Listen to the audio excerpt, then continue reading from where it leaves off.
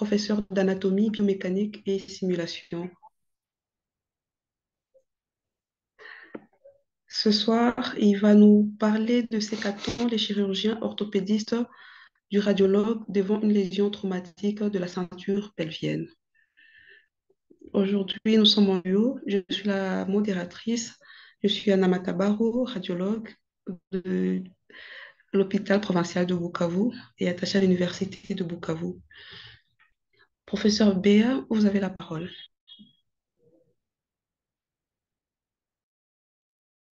Merci, Madame Docteur Anastasie Matabaro, et merci au professeur Mata pour cette invitation pour que nous puissions discuter ensemble ce soir de lésions traumatiques de la ceinture pelvienne.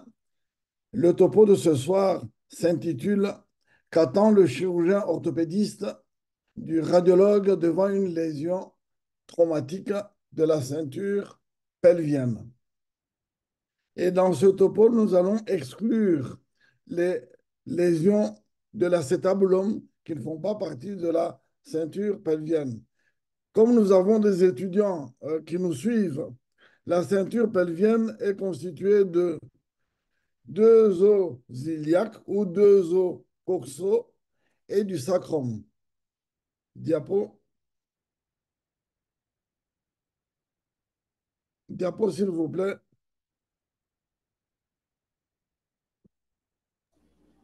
Bah là, tu peux faire Diapositive partie. suivante.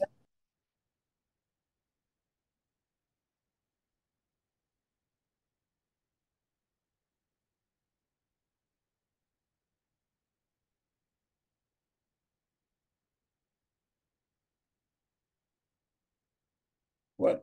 Lorsque nous sommes devant une lésion comme celle-ci, suite à un accident de voie publique, il faut lui donner la carte d'identité. Il faut lui donner son identité. De quelle lésion s'agit-il? Vous voyez que nous avons à droite une disjonction sacro-iliaque, droite, une disjonction pubienne en avant, une fracture de branche ilioïde, fracture de l'aile iliaque à gauche, avec fracture de l'acétabulum. Vous voyez que c'est une lésion qui est très grave et qu'il faut prendre en charge. Suivante, diapo.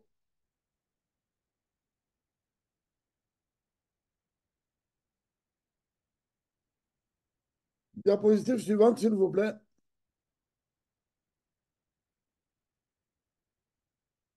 Le plan que nous allons suivre ce soir est celui-ci. Nous allons commencer par donner quelques notions d'embryologie, quelques notions d'anatomie, biomécanique, épidémiologie. Et nous allons parler des classifications. Il y a plusieurs classifications qui sont émises dans la littérature, mais les deux classifications qui sont retenues sont celles de Young-Burgess et de Tyle. Nous parlerons ensuite de la clinique, de l'aspect clinique, de l'imagerie ensuite. Ainsi, nous évoluons vers l'évolution de ces lésions, leurs complications. Les complications, ce sont des complications immédiates, des complications secondaires et les complications tardives. Et en ce qui concerne le traitement,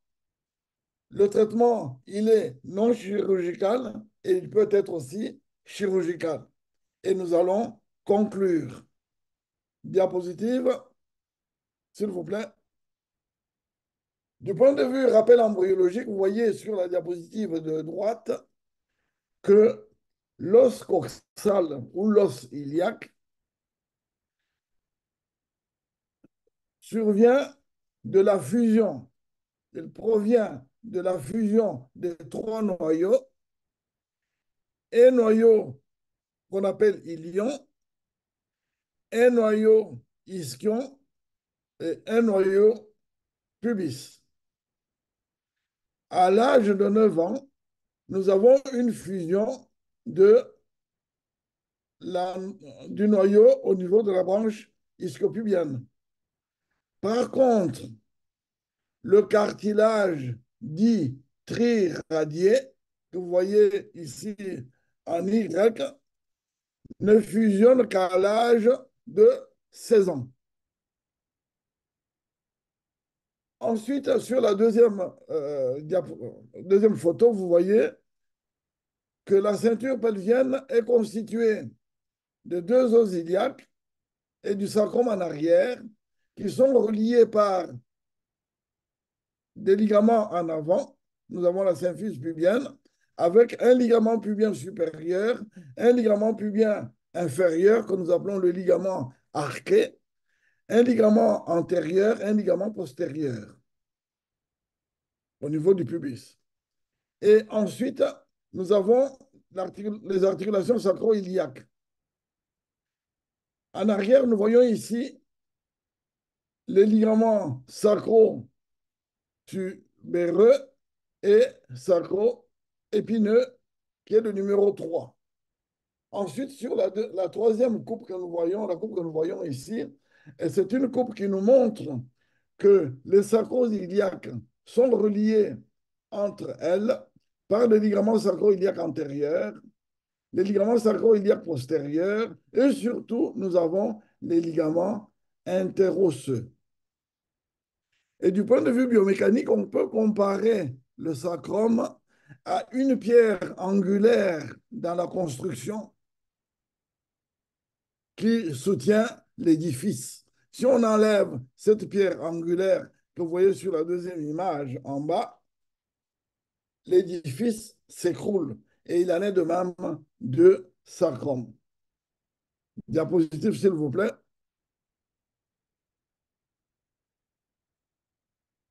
Diapo. Et du point de vue biomécanique, quand vous regardez cette image de droite, vous revoyez ce que venons de décrire, le sacrum avec les ligaments sacro-iliaques antérieurs, postérieurs et interosseux, qui se comportent comme un pont suspendu. Un pont suspendu qui est soutenu par les câbles qui font que le pont résiste à la charge à laquelle il est soumis. Diapositive.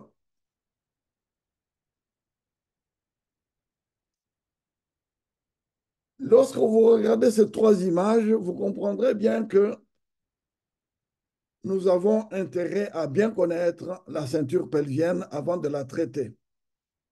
Nous devons connaître les voisins de ces os.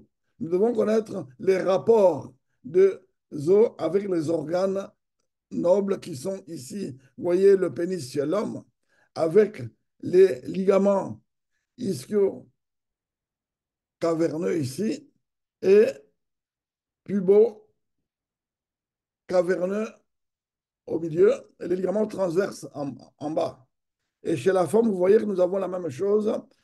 Nous allons partir d'arrière en avant.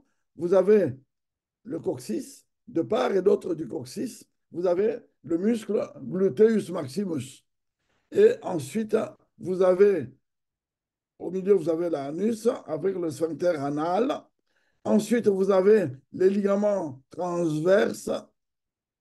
Puis, latéralement, vous avez les muscles ischio-spongeux. Et vous avez ici au milieu l'élévateur de l'anus. Et vous avez les ligaments suspenseurs du clitoris qui est le semblable de ligament suspenseur du pénis. Lorsque nous avons une disjonction, nous avons donc une rupture de ces structures. Diapo. Du point de vue épidémiologique, pour les fractures pelviennes, ce sont des lésions rares. Donc, elles sont estimées à 3 à 8% d'après Paul Mann, qui est un grand chirurgien orthopédiste qui a opéré beaucoup dans son équipe les fractures pelviennes. Et ces lésions surviennent surtout suite à un accident à haute énergie. La mortalité est élevée. Elle est estimée de 5 à 20%. Nous avons risque de séquelles à moyen terme. Ces séquelles peuvent être des séquelles douloureuses, algiques, des séquelles fonctionnelles et très handicapantes, parfois avec l'inégalité de membres. Diapositive. Des cas spécifiques sont le cas, par exemple, au cours d'un accouchement, et si l'accoucheur procède à la manœuvre de Roberts pour expulser le fœtus, il peut rompre les ligaments pubiens. Et cela donne une lésion de la ceinture pelvienne. Les cas spécifiques aussi chez l'enfant. Nous avons parlé tout à l'heure de cartilage triradié que vous voyez sur la deuxième image. Puisque cet enfant a été victime d'un accident à haute énergie, vous voyez les brûlures sur la première diapositive au niveau de la vulve, au niveau des régions des épines, il y a qu'au niveau des cuisses. Et la deuxième image nous montre qu'il a présenté une disjonction pubienne. Mais ces deux cas ne seront pas traités comme les cas d'un adulte qui est victime d'un accident de voie publique, hein, ou d'un accident de travail suite à une chute d'un lieu élevé. Nous reviendrons là-dessus. Diapositive.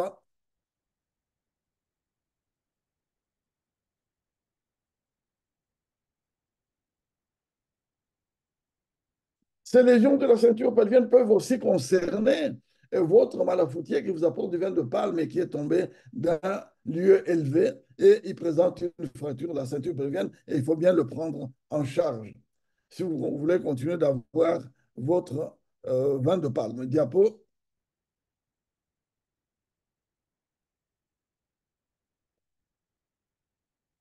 Et, pardon, revenez en arrière. Revenez en arrière, s'il vous plaît. Ouais. Et vous avez remarqué que la surcharge des passagers à bord d'un véhicule peut, en cas de collision, entraîner des lésions de la ceinture pelvienne. Il en est de même de la voie ferrée, puisque vous voyez en bas à droite une catastrophe ferroviaire à laquelle nous avons assisté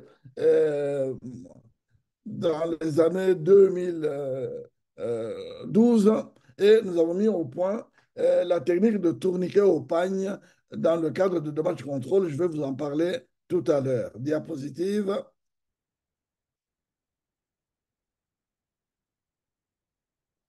La prise en charge initiale de ces lésions est centrée sur le contrôle de choc hémorragique. Et puis la contention précoce est primordiale et de nombreux moyens peuvent être utilisés dans le cadre de damage control. Je pense qu'il y a eu déjà sur la plateforme un échange autour de damage control. On ne traînera pas beaucoup là-dessus. Diapo.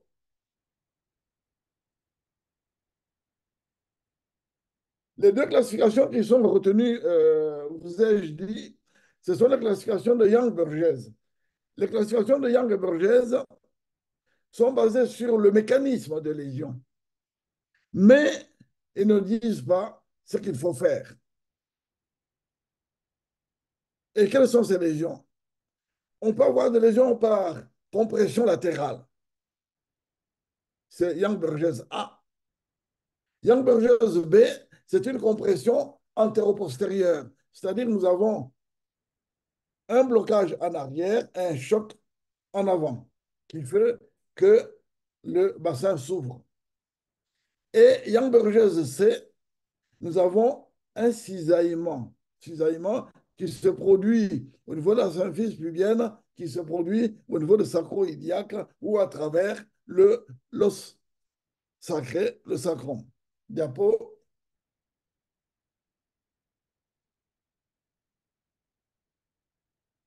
Voilà le Young-Burgess A, compression latérale. Donc, il y a fermeture de l'anneau pelvien. On va comparer donc l'anneau pelvien à une alliance, l'alliance que nous portons au niveau du doigt. Si on sélectionne l'alliance en un endroit, l'alliance est stable lorsqu'on la mobilise. Mais lorsque l'alliance est sélectionnée en un deuxième endroit, l'alliance devient instable. Il en est de même de la ceinture pelvienne. Ça, c'est le Young-Burgess A. Compression latérale, donc il y a fermeture du bassin. Diapo. Et le Young-Burgess B,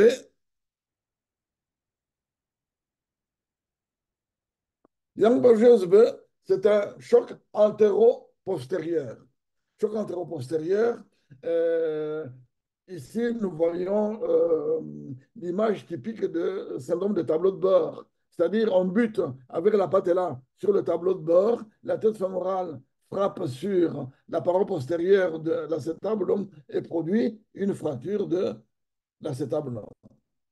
Mais on peut avoir aussi une ouverture de la symphyse pubienne. Diapositive. Si l'ouverture est à 2,5, si vous l'estimez, vous mesurez 2,5, on peut se dire, on peut subodorer qu'il n'y a pas de rupture des ligaments sacro-tubéreux que vous voyez ici, ou sacro-spineux, et qu'il n'y a pas d'atteinte de sacro-iliaque postérieur. Diapo. Et lorsque on passe au-delà de 2,5, nous avons une rupture qui se produit au niveau des ligaments sacro-tubéreux et nous avons une sollicitation des sacro-iliaques en arrière. Et donc, lorsque vous examinez ce patient, il faut explorer les sacro-iliaques en arrière. Diapo. Et cela peut se produire aussi avec une avulsion carrément de l'épine et une disjonction qui peut se produire bilatéralement au niveau des deux sacro-iliaques qui vont bailler. Diapo. Donc, plus la ceinture s'ouvre, plus les sacro-iliaques sont sollicités. On va comparer, nous qui habitons la région côtière, nous pouvons dire que le bassin s'ouvre comme une huître qui s'ouvre, comme vous la voyez sur la photo, la diapo, et ça a été décrit par Watson Jones en 1935. Diapo. Diapo. Voilà l'image typique d'un choc antéro-postérieur qui va ouvrir le bassin comme un livre. C'est pour ça que Watson Jones l'a appelé open book. Donc, ouverture, c'est une disjonction pubienne et les ailes iliaques subissent donc une rotation latérale, donc une rotation externe.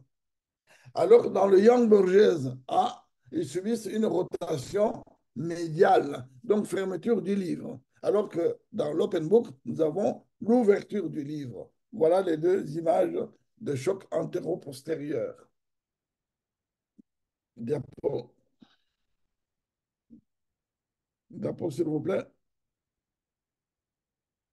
Voilà cette image typique de l'open book. Quand vous regardez vous, déjà votre patient qui est en rotation latérale bilatérale, vous pouvez déjà penser à l'atteinte de la symphyse pubienne, qui a une ouverture de la symphyse pubienne. Diapo. Young-Burgess C. Dans Young-Burgess C, c'est chute d'un lieu élevé sur les deux pieds ou sur un pied. Diapo. Cette chute fait qu'il y a un appui ici et il se produit un cisaillement au niveau de la symphyse pubienne, un cisaillement au niveau des sacro-iliaques en arrière. Et attention, il faut explorer aussi la cinquième vertèbre, voir s'il n'y a pas une fracture de l'apophyse transverse. On peut avoir aussi une luxation de la colonne de ce côté-là associée. Diapo. Donc voilà le cisaillement qui va se produire. Si le cisaillement se produit, puisque nous savons que le membre inférieur est innervé par le plexus lombo-sacré, donc les racines sacrées peuvent être rompues. Diapo. On peut avoir donc chute sur les deux pieds, une ascension bilatérale. Une ascension bilatérale, alors le sacrum, lui, il descend. Et parfois, c'est associé à des fractures du cotyle. Diapo. La deuxième classification, c'est la classification de Tyle. Dans la classification que nous venons de voir, donc la classification de Young-Burgess, nous avons décrit les mécanismes. Nous n'avons pas dit ce qui va se passer. Est-ce qu'il y a une instabilité? Est-ce qu'il y a une stabilité? On ne le sait pas. Alors que la classification de Tyle, la Tyle va nous dire la lésion est stable ou la lésion est instable. Donc, Young-Burgess A, on a une compression latérale. Young-Burgess B, antéro-postérieur. Young-Burgess C, cisaillement. Alors que Tyle A, c'est la lésion est stable. Dans le Tyle A1, A2. C'est-à-dire que nous avons une lésion de la ceinture pelvienne en un endroit. Donc, c'est stable. On peut avoir aussi chute sur les fesses, fracture de la branche ischio-pubienne. C'est une lésion qui est stable. Donc, il ne faut pas condamner ce patient au lit. Les fractures stables, il ne faut pas les traiter chirurgicalement. Le traitement sera orthopédique, sera ou fonctionnel. Par contre, dans le Tyle B, nous avons un choc antéro-postérieur. Il correspond donc à Young-Burgess B. Donc, nous avons une ouverture de bassin, ouverture de la symphyse pubienne. Donc, nous avons B1, B2 et B3, et qui correspondent aux images que nous avons vues tout à l'heure. Si l'ouverture est inférieure à 2,5 cm, donc on va dire que c'est stable, il n'y a pas de sollicitation postérieure. Plus ça continue de s'ouvrir, plus on est au-delà de 2,5, plus nous avons une atteinte de sacro-iliaque. Alors là, attention, ce sont des lésions qui deviennent déjà instables. Et nous avons Young-Burgess Tyle B2, une lésion par compression latérale. Donc, il va correspondre à Young-Burgess A. Nous avons ensuite les types C de Tyle. Là, on a une instabilité rotatoire. Rotatoire parce que nous avons un choc antéro-postérieur, ouverture des ailes iliaques, et nous avons donc un open book. Et puisque nous avons un open book, nous avons donc subi une rotation latérale ou externe. Et si cette rotation est associée, par exemple, à Young-Burgess C, c'est-à-dire avec cisaillement, donc avec une sollicitation verticale, nous avons une lésion très instable qui peut être unilatérale, bilatérale ou associée à une fracture du cotyle. Et donc, vous voyez que l'image que je vous ai montrée au début pour donner son identité, c'était un Tyle C3. Diapo. Voilà, c'est ce que nous venons de dire. Tyle A stable. Diapo. Tyle B, donc qui correspond à Young-Burgess. Donc, instabilité rotatoire, stabilité verticale. B, dans B1, nous avons une instabilité rotatoire, mais une stabilité verticale. Diapo. Dans le C, nous avons une instabilité rotatoire et verticale. Diapo. C'est ce que nous avons décrit tout à l'heure. Diapo. Et du point de vue clinique, nous pouvons nous retrouver devant deux cas, deux tableaux cliniques. Ça peut être un polytraumatisé ou un patient en état de choc. Donc, il relève de la réanimation première. Puis, on fera le bilan en urgence. Ça peut être un patient qui est conscient avec des constantes hémodynamiques stables. Celui-là, il peut attendre.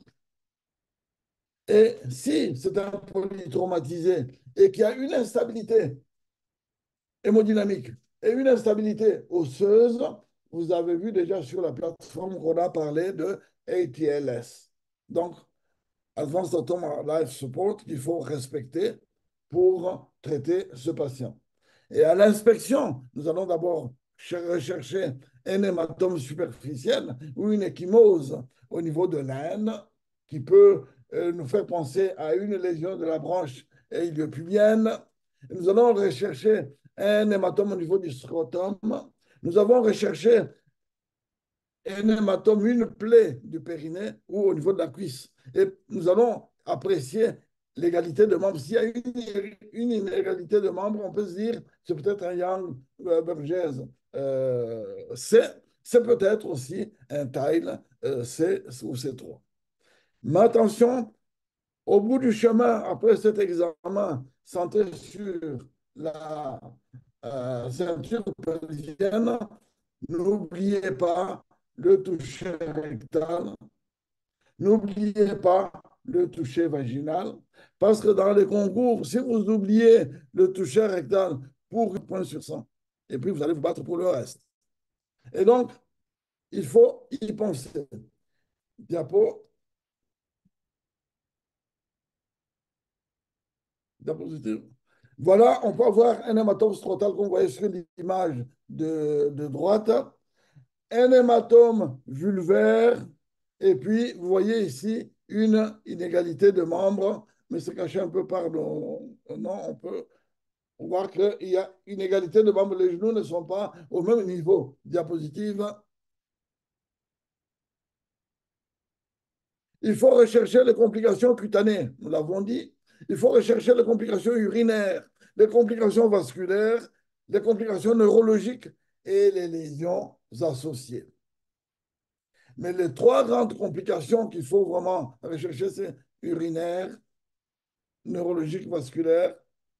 Dans les lésions cutanées, n'ayez pas honte de regarder le périnée. Il faut regarder le périnée, c'est là que vous allez découvrir que le périnée saigne chez un motard. Et si c'est un patient que vous ne pouvez pas prendre en charge et que vous devez transférer, vous pouvez faire ce qu'on appelle un packing. Vous prenez des champs et vous tassez pour lutter contre l'hémorragie et le transférer.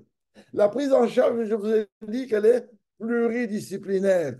Vous voyez que dans ce cas, on aura besoin d'un urologue, on aura besoin ici d'un gynécologue pour traiter cette lésion vaginale. Diapo. Diapo. La thérapeutique en urgence ne peut pas être orientée seulement par le type de lésion, mais c'est surtout, elle repose avant tout sur l'hémodynamique, sur l'état hémodynamique du patient. Est-ce que c'est une lésion stable sur le plan osseux, mais hémodynamiquement instable? Est-ce que c'est instable hémodynamiquement et instable sur le plan osseux? Ce sont les notions qu'il faut maîtriser avant de s'exciter pour demander le bilan. Il faut d'abord que le patient soit stabilisé avant de faire ce bilan. Diapo.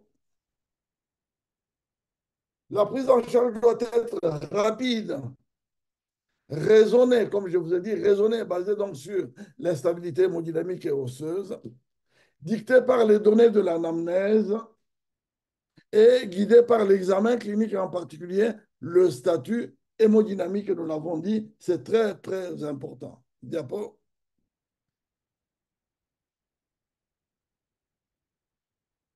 Le protocole de ATLS, vous l'avez déjà vu, hein, A, B, C, D, E. Nous allons passer parce que vous en avez déjà parlé. Diapositive, sauf si vous voulez qu'on revienne, mais vous en avez déjà parlé. Diapo.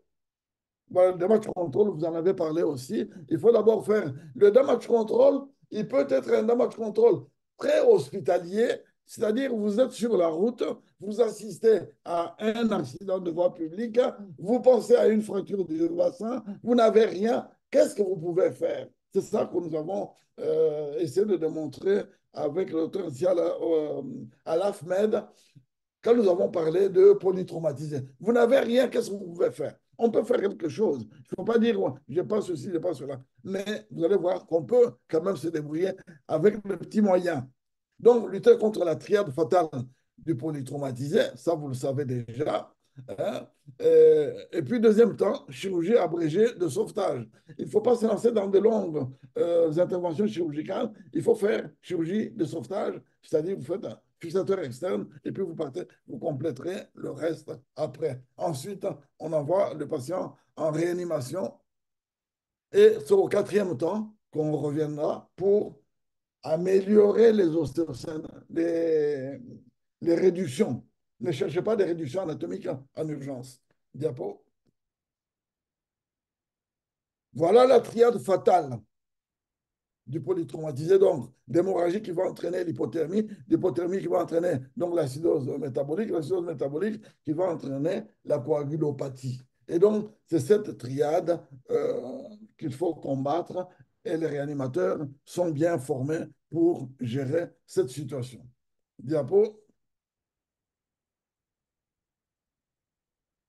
Et nos collègues américains, anesthésistes américains, ont estimé ce qu'un homme de 70 kilos ou une femme de 70 kilos peut perdre en volume circulatoire, 5 litres de sang, soit l'équivalent de 25 unités de PAC, de concentré globulaire. L'estimation de perte sanguine, si le malade a une fracture fermée de la diaphyse fémorale, pensez qu'il peut perdre 1 litre dans le fémur ou 2 litres. S'il a une fracture de type open book du bassin, c'est 2 à 3 litres qu'il perd.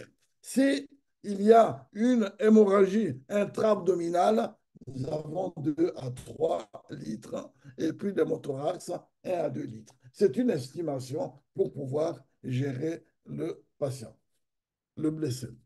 Diapo.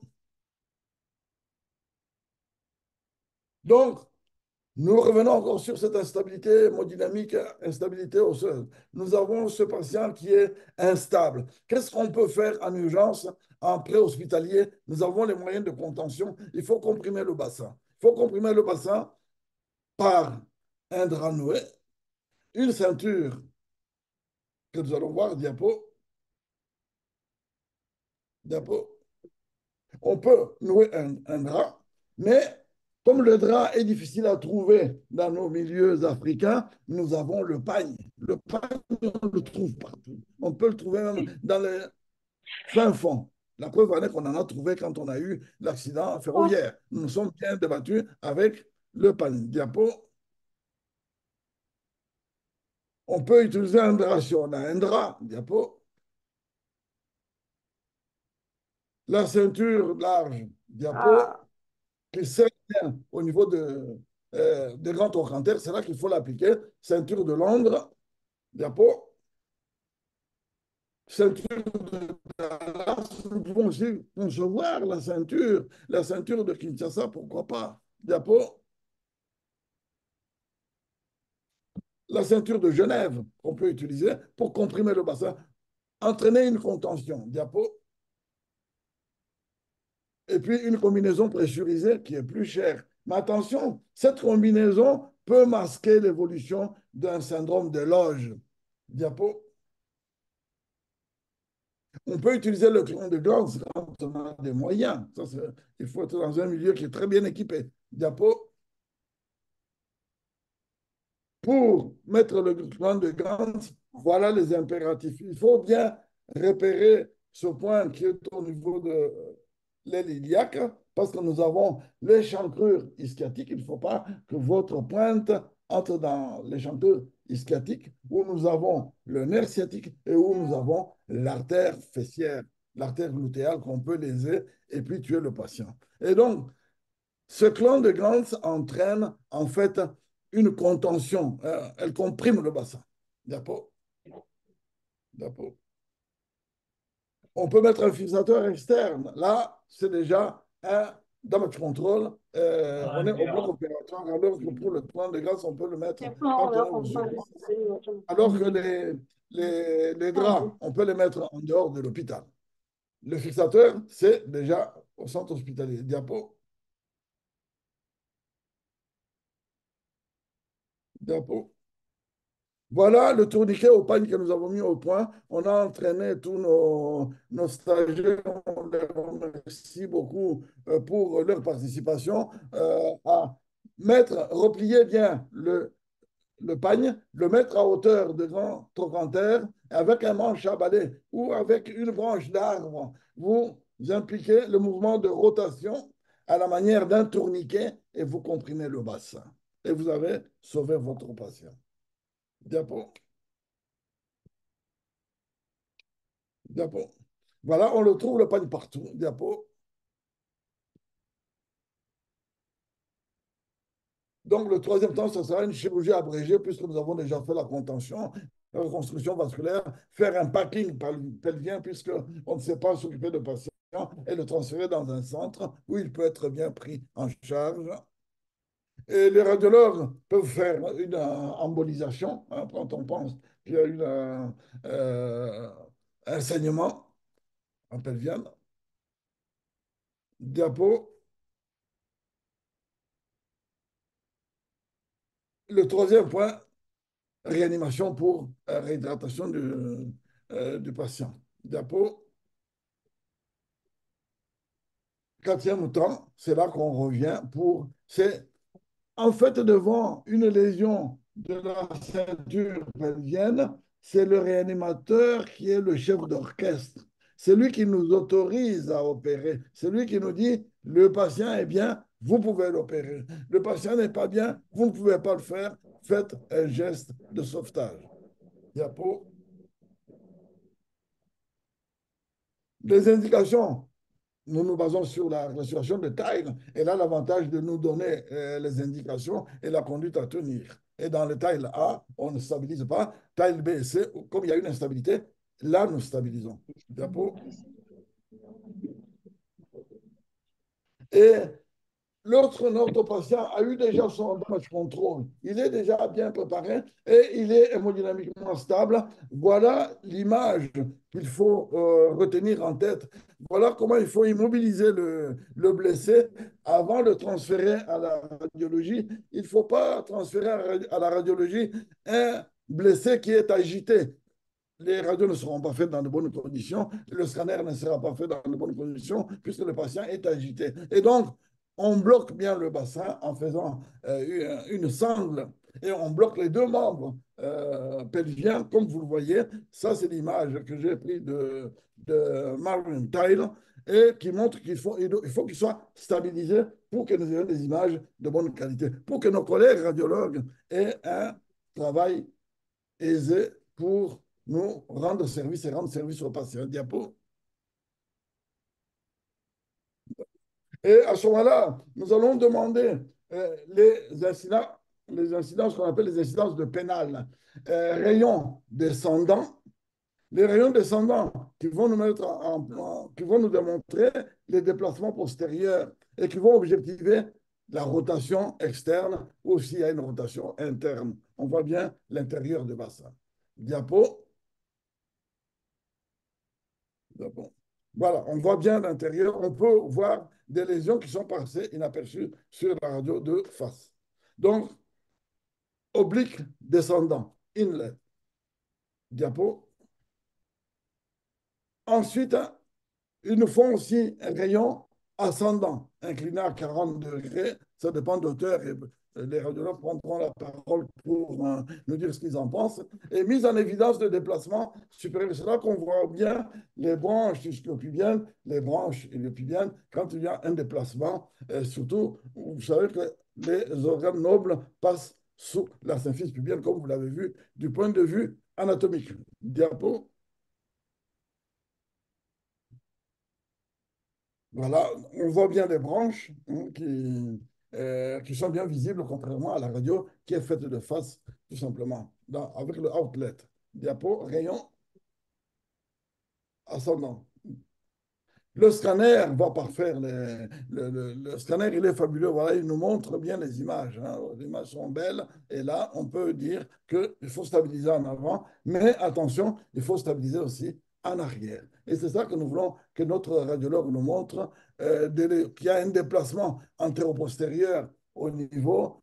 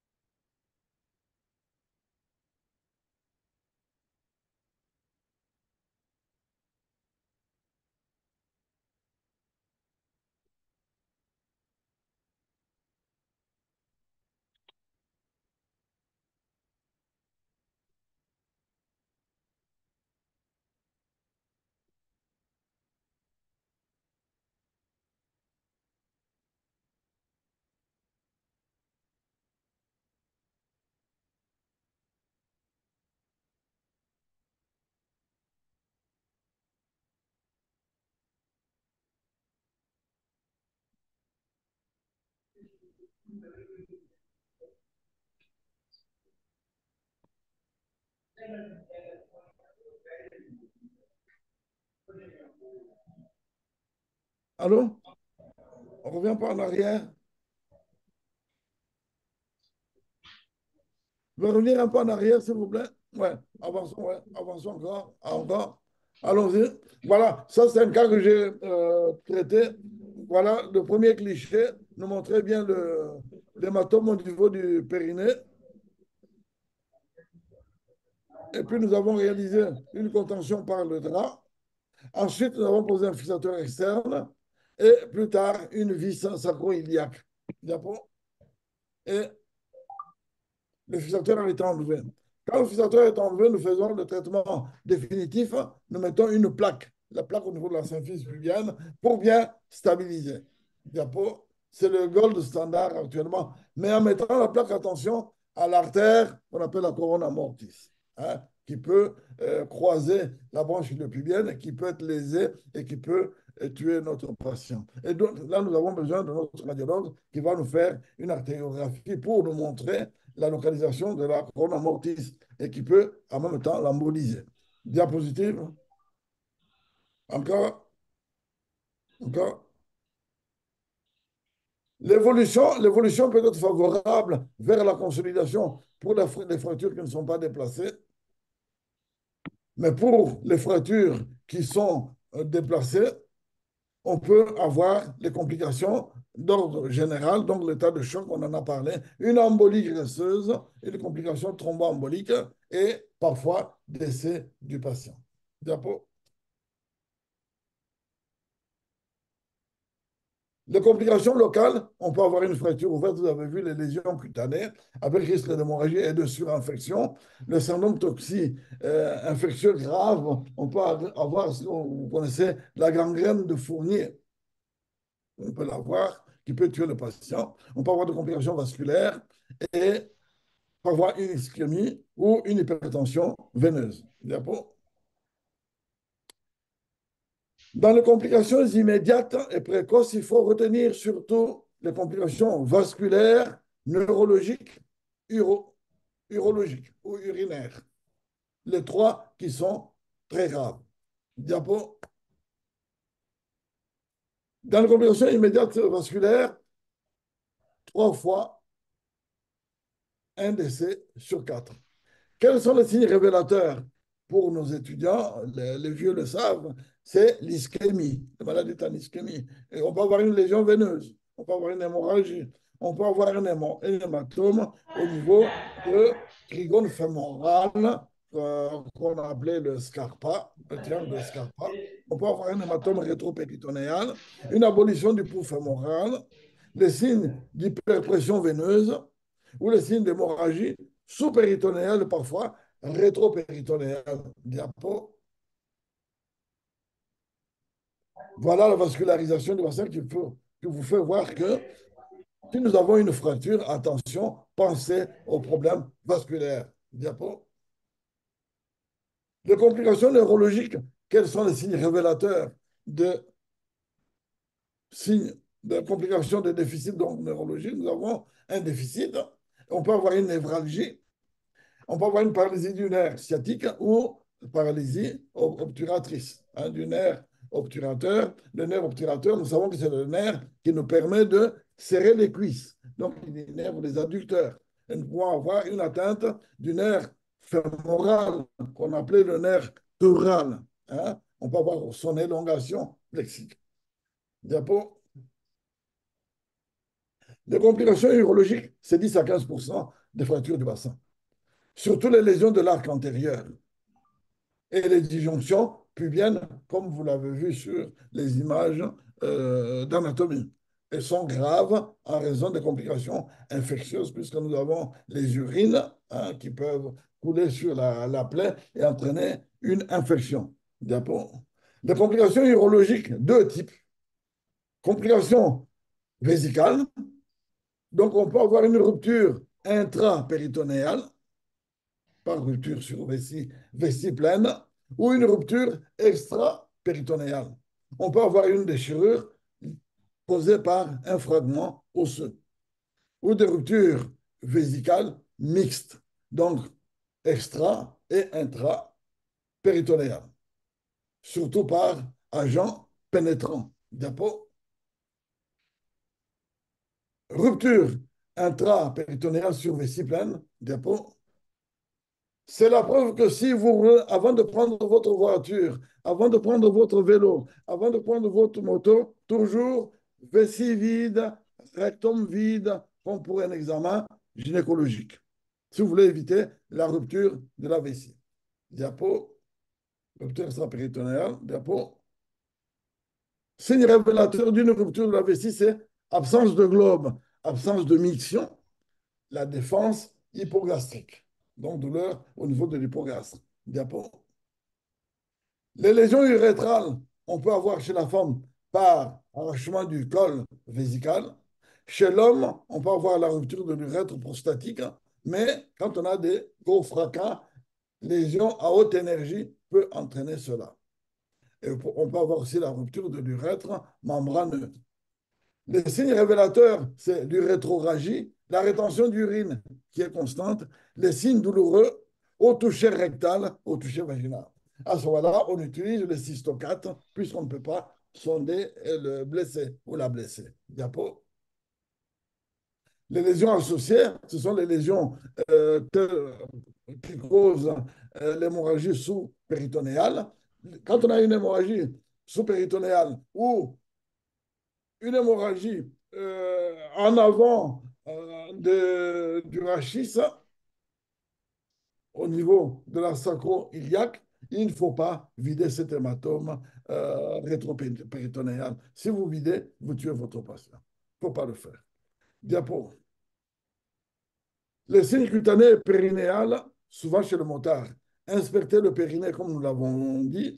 Inspectez le vagin, le rectum, car l'infection est estimée à 50% de mortalité.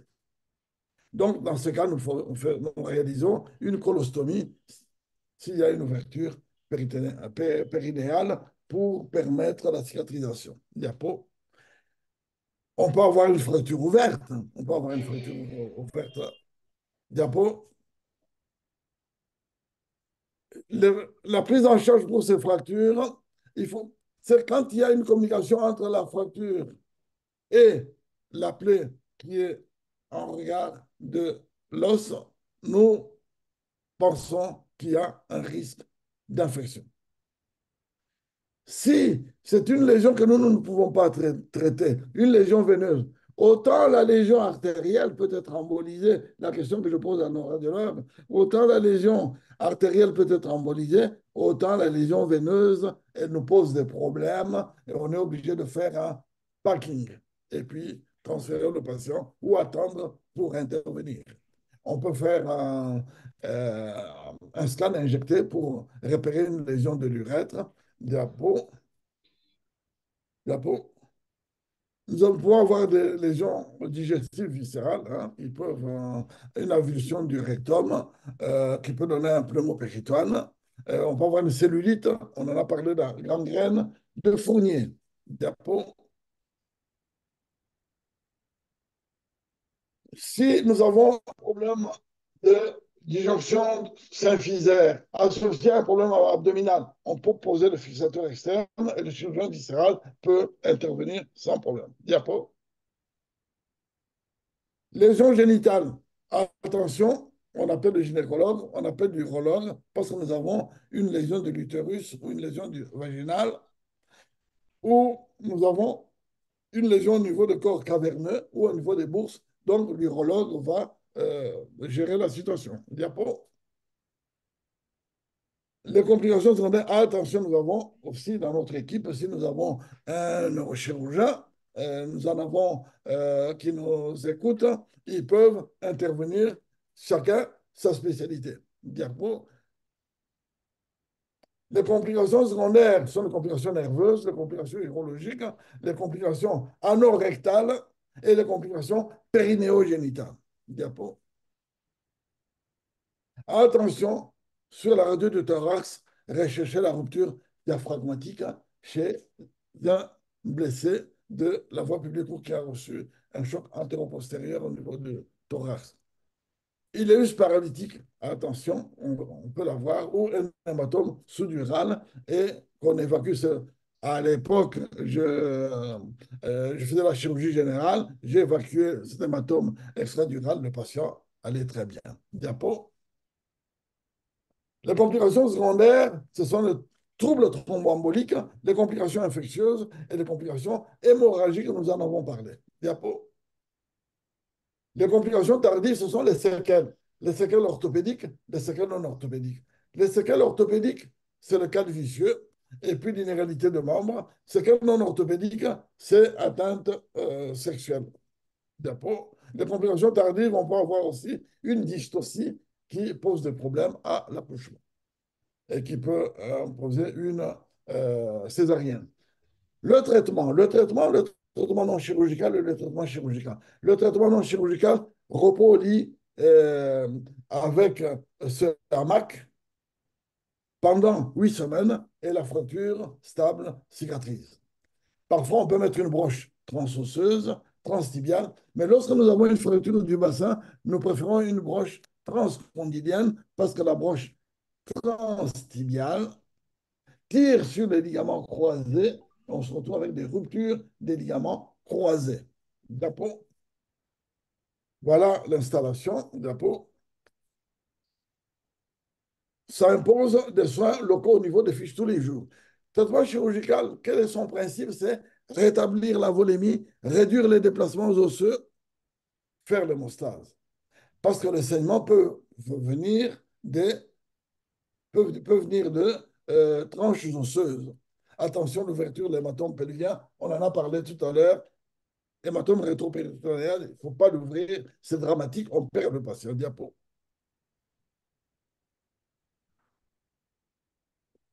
Le patient qui est hémodynamiquement instable va en réanimation. Les réanimateurs s'en occupent, oxygénothérapie, réhydratation.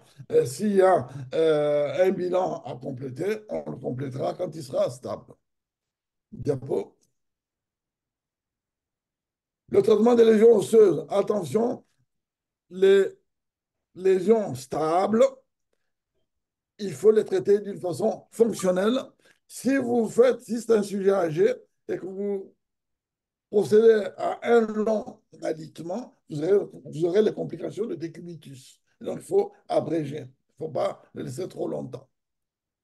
La traction continue, faire attention, vérifier toujours la broche. Et on a l'algorithme qui a été euh, retenu à la SOFCOT, à la Société de chirurgiens orthopédistes traumatologues. Si la lésion est stable, nous faisons ce que nous avons dit tout à l'heure. Si elle est instable, nous procédons comme nous l'avons dit. Je ne reviens plus là-dessus. Diapo. C'est cet algorithme qu'il faut respecter. Diapo. Home take message. Si on a oublié tout ce qu'on a dit, qu'est-ce qu'on peut retenir? Diapo. Sujet âgé, lésion stable, traitement orthopédique, 6 semaines d'immobilisation qu'on peut raccourcir à 4 semaines parce que, attention aux complications de décubitus, il faut vite le mettre au fauteuil et le faire marcher. Diapo. Si le patient est stable, on peut réaliser une ostéosynthèse par plaque ou fixateur externe selon les moyens dont on dispose. Diapo. Si le patient est stable, on peut mettre un vissage, une ostéosynthèse par vis postérieur, comme nous l'avons vu dans notre cas. Diapo. Je rends hommage au professeur Mata qui m'a donné cette formation en chirurgie pelvienne, mais il faut fréquenter le laboratoire d'anatomie pour bien procéder ça. Diapo.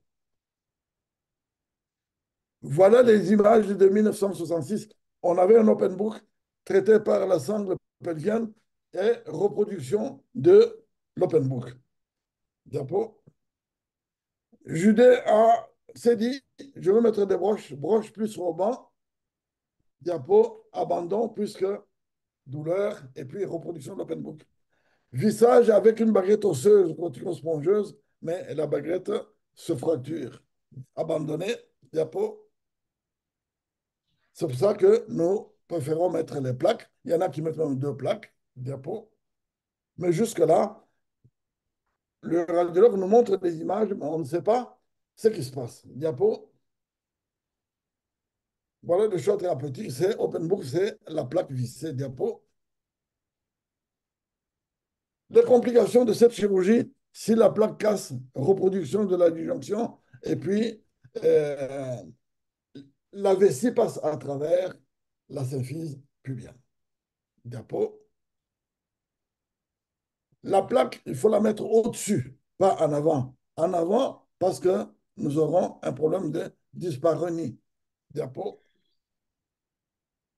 Et quels sont les critères radiologiques de réduction de la symphyse pubienne? Certains auteurs nous ont proposé ces critères radiologiques de réduction dont on se sert.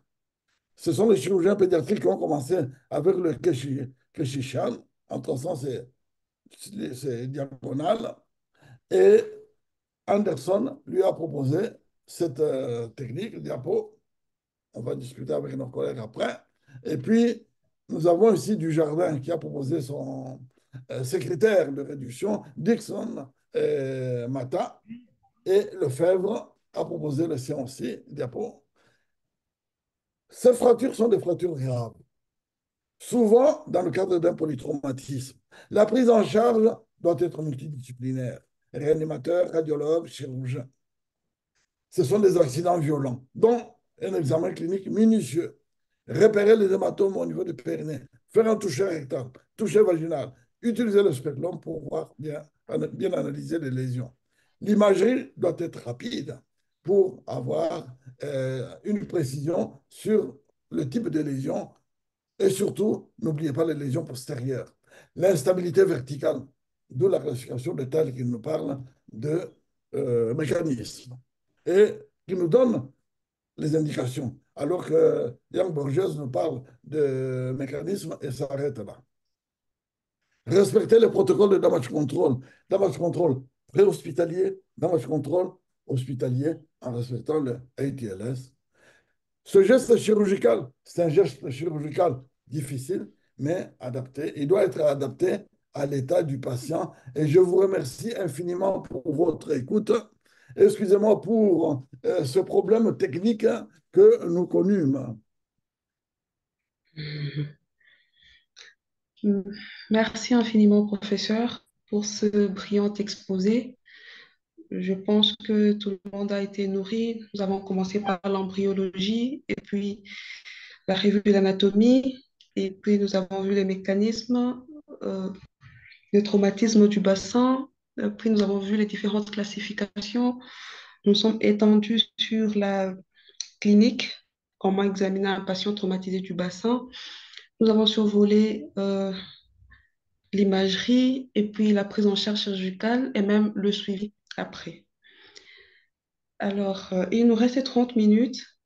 Nous allons donc donner la parole au public. Mais il y a déjà une question qui est dans le chat box. Peut-être on va commencer par celle-là. Et puis les participants vont s'exprimer. Il y a Dr Stibouit qui veut savoir qu'est-ce qui se passe quand on évacue l'hématome rétropéritonéal. Je peux répondre directement. On évacue l'hématome rétropéritonéal, vous ne savez pas faire l'hémostase. C'est peut-être les veines qui étaient déchirées et l'hématome a colmaté la brèche et vous avez ouvert le robinet et le patient meurt d'hémorragie. Merci beaucoup. Nous passons la parole au public. Nous pouvons prendre 3 ou 4 questions.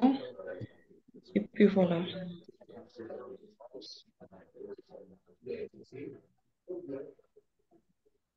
Vous pouvez lever la main, on va vous donner la parole.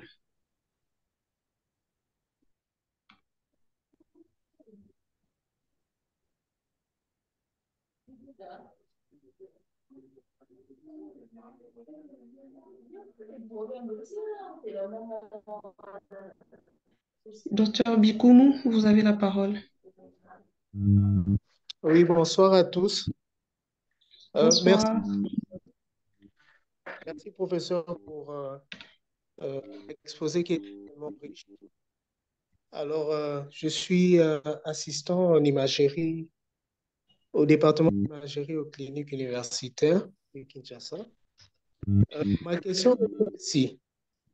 Nous avions une fois reçu un cas d'autisme du bassin et sur ce cas, on avait une fracture bilatérale des branches ischio-pubienne et ilio-pubienne.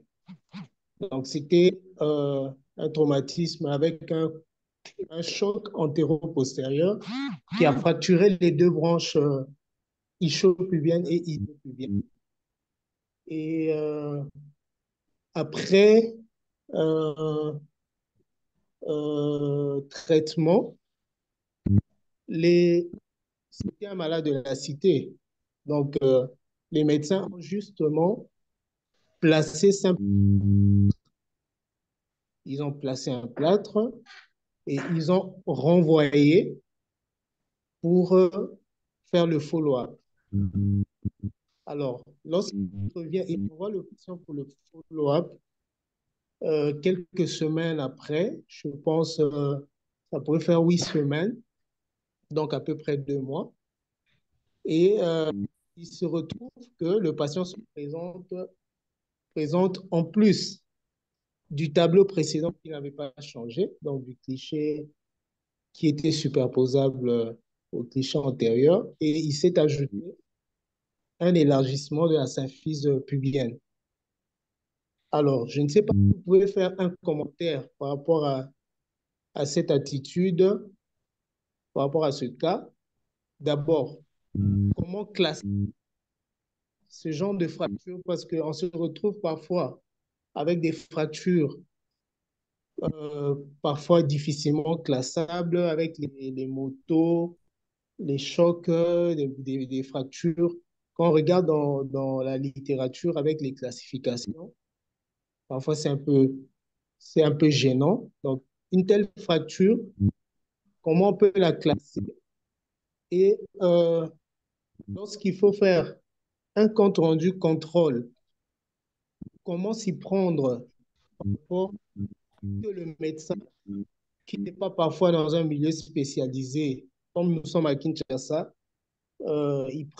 certains prennent en charge comme ils le pensent, parfois dans des hôpitaux à la périphérie.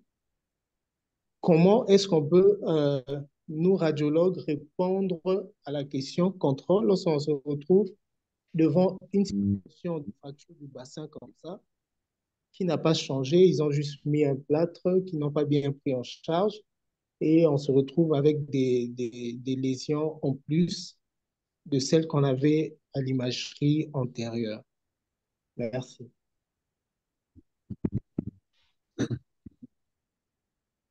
Je peux répondre? Oui, professeur, s'il vous plaît. Merci beaucoup pour votre question. Vous avez bien résumé la situation. Vous voyez bien, vous le dites vous-même, que ce cas a été traité par le mépris. Par le mépris parce que nous avons une fracture de double cadre obturateur. Qui dit fracture de double cadre obturateur, nous l'avons vu, c'est une fracture instable. Mais comment vous aviez trouvé les sacro-iliaques? Est-ce que les sacro-iliaques étaient lésés? C'est la question que je vous pose. Parce que Et, si vous avez fait les incidences de pénal, on aurait vu les déplacements antéro-postérieurs. Parce que parfois, on regarde la radio du bassin, on se dit que la fracture n'est pas déplacée. Mais quand on fait les incidences de pénal, on voit bien qu'il y a un déplacement antéro-postérieur. Ces fractures qui ont des déplacements antéro-postérieurs ou qui ont ce double cadre obturateur, ce sont des fractures qui sont chirurgicales. Chirurgicales, mais il faut que ce soit traité par quelqu'un qui a l'habitude de les traiter. Le plâtre n'a servi à rien, parce que le plâtre n'a fait qu'une contention, n'a fait qu'aggraver la lésion. Vous dites vous-même qu'à la fin, vous vous êtes retrouvé avec un déplacement très important. Mais vous, en tant que radiologue, vous dites la vérité, vous n'allez pas cacher les choses. Hein. Vous dites, voilà, la fracture qui n'est pas réduite, hein. La lésion est toujours éminemment instable. On ne vous condamnera pas, vous avez dit la vérité. Et puis, ce qui vous demande aussi, ce que je disais dans mes propos, quand on demande des radios, il faut dire au radiologue d'abord l'histoire de la maladie, lui décrire le mécanisme que vous avez pu avoir à l'anamnèse et les lésions auxquelles vous vous attendez, parce que le radiologue, ce n'est pas un féticheur qui doit fouiller un peu partout, mais il faut des éléments d'anamnèse pour orienter le diagnostic des collègues. Est-ce que j'ai répondu à votre question, mon cher radiologue? Merci beaucoup, professeur. Je suis satisfait. Mais ce qui manque, c'est l'attitude commune. Chacun fait, vous avez bien dit, chacun fait ce qu'il veut dans son coin, donc il n'y a pas de consensus, il n'y a pas de protocole. Effectivement. Ouais. Est-ce que j'ai levé la main, docteur Matabaro? Je peux Oui, intervenir euh, sur cette question-là. j'étais sur le point Intervenant, de vous donner la parole, oui, docteur docteur Kankou. Kankou, intervenant comme radiologue, je remercie encore une fois le professeur Béa pour cette brillante communication. Nous avons discuté un peu avant, je crois, au début de cette semaine, en parlant de ces cas. Chers confrères radiologues, donc nous avons vu les mécanismes des fractures du bassin. Il faut comprendre que là, il nous a décrit surtout les lésions de la ceinture.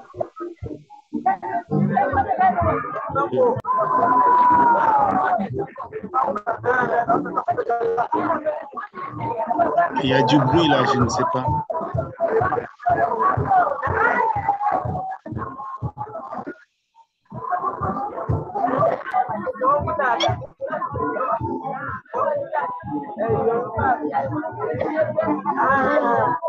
Donc, on n'entend plus.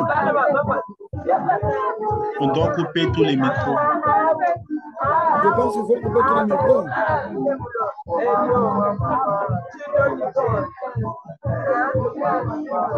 C'est Robert qui a son micro ouvert.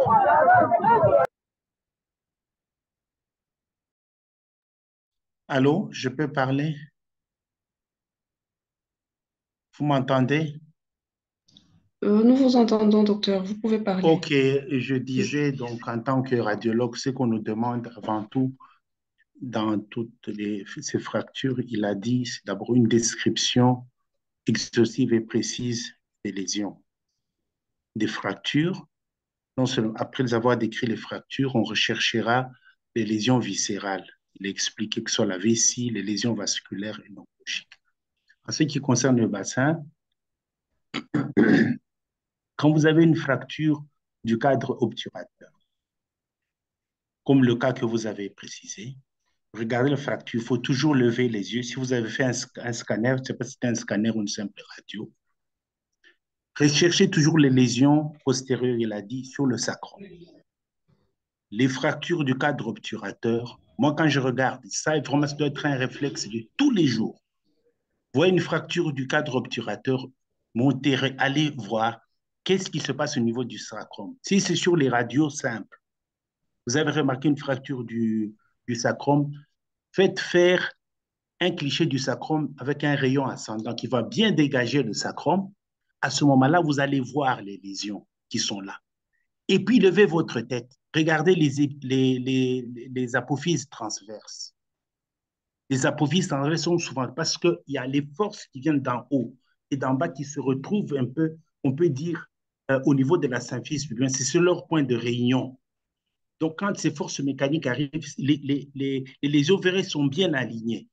Lésions des apophyses transverses, vous baissez votre tête sur le sacrum, vous allez nécessairement, vous avez beaucoup de chances de trouver des lésions à ce niveau-là. Et puis, le cadre obturateur. Voilà. Et puis, regardez la symphyse pubienne, comme elle a dit, s'il y a des lésions graves, s'il y a une disjonction, c'est 2,5 cm, professeur Béa, quoi qu'il a dit, c'est que ce n'est pas une disjonction importante. Sinon, ça s'ouvre. Si les lésions ligamentaires de la symphyse sont importantes, le bassin va s'ouvrir comme un livre, c'est fracture open book. Donc, ça c'est notre rôle à nous, les radiologues, de rechercher ces lésions avant toute chose, avant de renvoyer le patient. Prenons le temps nécessaire d'observer. Alors, il faut vraiment une méthode de lecture. Comme c'est une ceinture, un cercle, un anneau pelvien, on peut le lire comme dans le sens des aiguilles d'une montre. Vous partez de derrière en disant le sacrum, le coccyx, l'os coxal, vous venez au niveau de la symphyse pubienne et vous remontez, vous faites un peu un tour comme ça complet. Vous allez vous habituer et vous n'opérez pas les lésions. Hein, malheureusement, je n'ai pas pu télécharger ici un cas que j'ai eu d'un polytraumatisé avec des fractures graves du bassin. Il y a un fracas important, presque fracture communitive de l'aile iliaque gauche, et puis le cadre obturateur droit. Et puis quand j'ai levé la tête, je ne sais pas si ça avait été décrit, ce n'est pas moi qui avais vu le patient en premier, il y a une fracture de l'aileron sacré droit, et puis des apophyses transverses. Vous voyez, donc, ce sont des réflexes, quand on s'habitue, que ce soit sur le scanner ou le radio, simple, complétez, ne vous contentez pas d'une seule incidence. D'où l'importance de notre présence au moment où on fait les radios. Je sais que dans notre pays, la plupart du temps, le radiologue est absent au moment où on réalise les radios. Le technicien est laissé seul. C'est à nous, c'est nous qui devons guider le technicien, dire, j'ai besoin d'une incidence supplémentaire pour pouvoir répondre. Maintenant, au professeur Béat, enfin, je complète, dans la prise en charge des polytraumatisés, dans les milieux, il manque de scanners. On nous conseille de faire une radiographie donc, du rachis pour voir s'il n'y a pas de lésion cervicale grave, un thorax, s'il n'y a pas un pneumothorax ou un hémothorax, et puis une radiographie du bassin à la recherche des lésions graves qui peuvent expliquer même un choc hémodynamique. On disait en cas de fracture que tout sondage vésical était contre-indiqué, mais j'ai vu sur les images que vous avez présentées, la plupart des patients étaient sondés. Qu'est-ce qui se passe? Voilà, j'ai fini, je ne sais pas, je pense, j'ai terminé, voilà, pour le moment.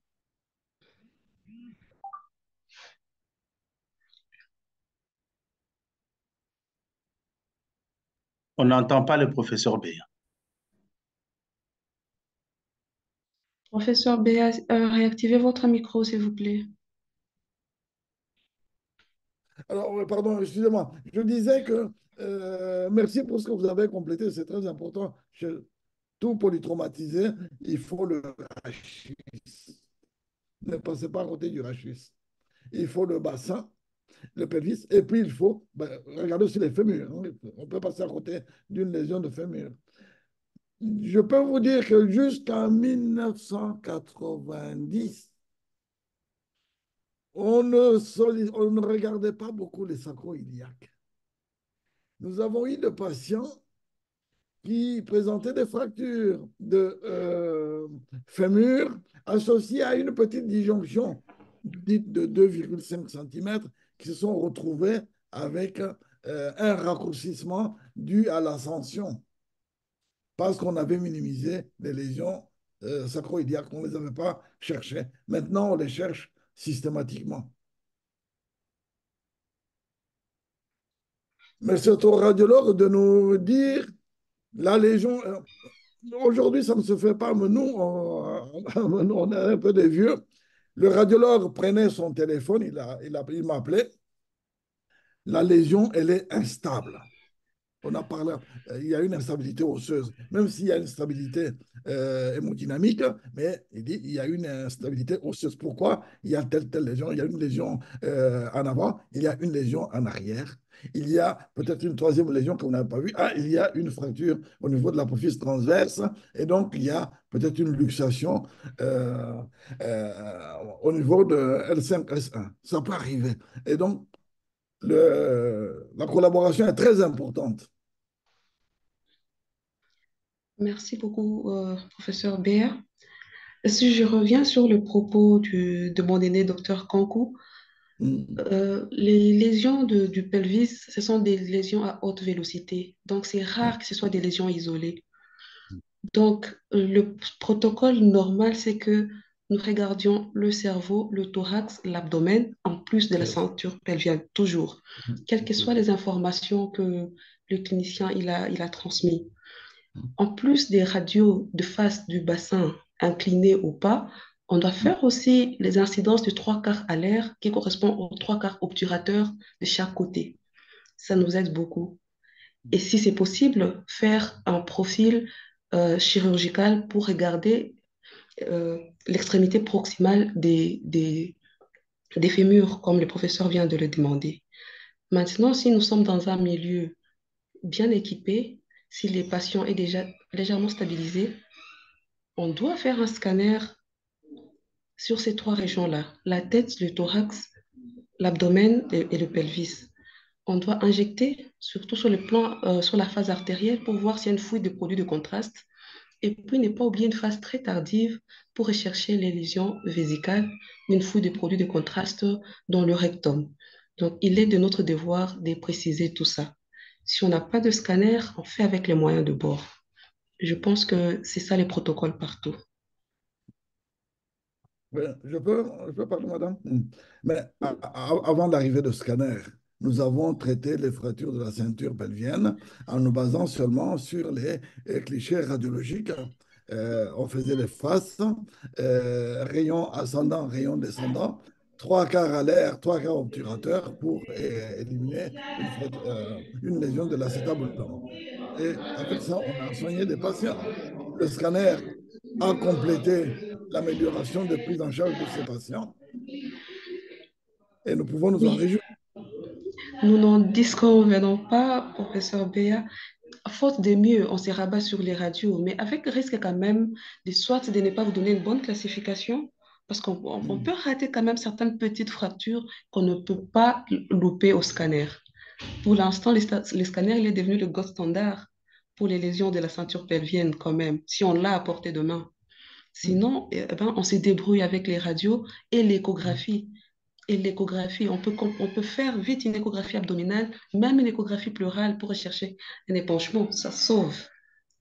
On se Oui, débrouille avec les moyens de bord. Mais si on a un scanner à portée de main, il faut faire des bons protocoles pour répondre très vite à toutes ces questions-là dont vous attendez les réponses pour une bonne prise en charge. Puisque la mortalité des patients victimes des accidents de trafic routier avec euh, fracture au niveau du bassin, souvent, il ne meurt pas de ces fractures de bassin. Souvent, c'est un polytraumatisé. Il va mourir de son c'est ça. traumatisme au niveau du crâne ou du thorax qui est méconnu si le radiologue qui a pris le patient, il n'y a pas pensé. Oui.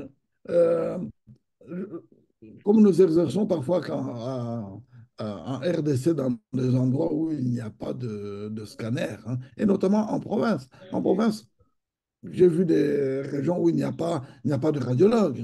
Il n'y a pas de radiologue, ce sont les manips radio qui font des clichés. Si on fait de bons clichés, mais il faut compléter, bon, vous avez parlé de l'échographie, mais il faut l'avoir aussi. C'est ça le problème, la Euh, difficulté, c'est d'établir des protocoles et puis des équipements standards. Ce serait vraiment très bien. En tout cas, moi, je vous parle de Bukavu. En province, c'est très Oui. très loin à l'est là, et nous avons tout ça. Et nous le faisons. Ah bon, vous êtes très riche, Bukavu, vous êtes très riche, il y a de l'or, il y a tout. Alors, Bon, je ne vois plus de main levée dans le public. non, non, Euh, je voulais, je ne sais pas si je peux partager oh, non, ce n'est pas possible. Bon, il nous voilà, j'avais reste très envie. peu de temps. Mhm. Dites-nous, docteur Kankou. Vous aviez un document? On a perdu docteur Kankou. Ouais. Non, c'est bien qu'on vous remarque, c'est très bien. Je voulais montrer cet exemple de fracture du cadre obturateur associé aux fractures du sacrum et des apophyses transverses. J'aimerais Voilà. vraiment nous inviter, insister sur ça. Soyons Mhm. systématiques. Mhm. Et quand vous le faites, vous verrez que les, les orthopédistes, les traumatologues vont vraiment vous faire confiance. Ça peut être juste une petite fracture corticale, mais il faut la signaler. Mhm. Oui, oui. Toute fracture, toute lésion qu'on voit, si minime soit-elle, doit être signalée si on la voit. Et si on ne regarde pas, on n'y a pas pensé, on va renvoyer les patients en regardant ce qui est gros. Ah, j'ai diagnostiqué une fracture, j'ai vu une fracture de la branche iliopubienne ou ischiopubienne, tout en ignorant que là derrière, il y a des fractures beaucoup plus graves qui rendent, n'est-ce pas, instable l'ensemble de l'anneau. Le professeur l'a dit, si la fracture, s'il y a une rupture à un endroit, la fracture est stable. S'il y a deux endroits, c'est immédiat. C'est une fracture qui est instable. C'est tout. Donc, nous devons absolument être sûr qu'il n'y a pas de fracture associée derrière. Malheureusement, je ne sais pas vous partager l'image pour illustrer tout ce que je viens de dire. Voilà, merci. Merci beaucoup, docteur Kankou. Professeur Béa, je ne sais pas si vous avez un dernier mot. Il ne nous reste plus que 5 minutes. J'ai bien apprécié la discussion avec les radiologues, hein. Mais je vous ai dit dès le début que les orthopédistes sont mariés avec des radiologues, hein. Ils ne peuvent pas divorcer.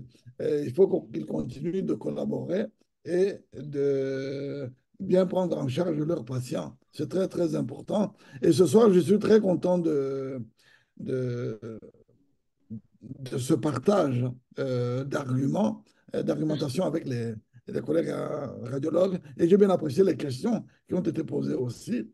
Et la prochaine fois, ce qu'on pourra faire peut-être, après un topo comme celui-là, on peut compléter avec les remarques qui ont été faites. Et si un collègue a un document, comme l'a dit le docteur Kankou, on peut insérer ce document dans le topo. Et ce serait vraiment intéressant pour les jeunes, Merci. pour les vieux aussi, hein. Faut pas abandonner Merci les vieux. beaucoup. Merci beaucoup, professeur. Je vous remercie vivement au nom de tout le comité de Lundi Parlons Radiologie. Le lundi prochain, nous revenons avec vous, mais cette fois pour le poignet, je pense. On essaie de parler de poignet et de la main. Oui, merci beaucoup. À lundi prochain. Au Merci revoir. beaucoup. Bonne soirée. Au revoir. Merci beaucoup. Merci. Au revoir. Au revoir. Au revoir.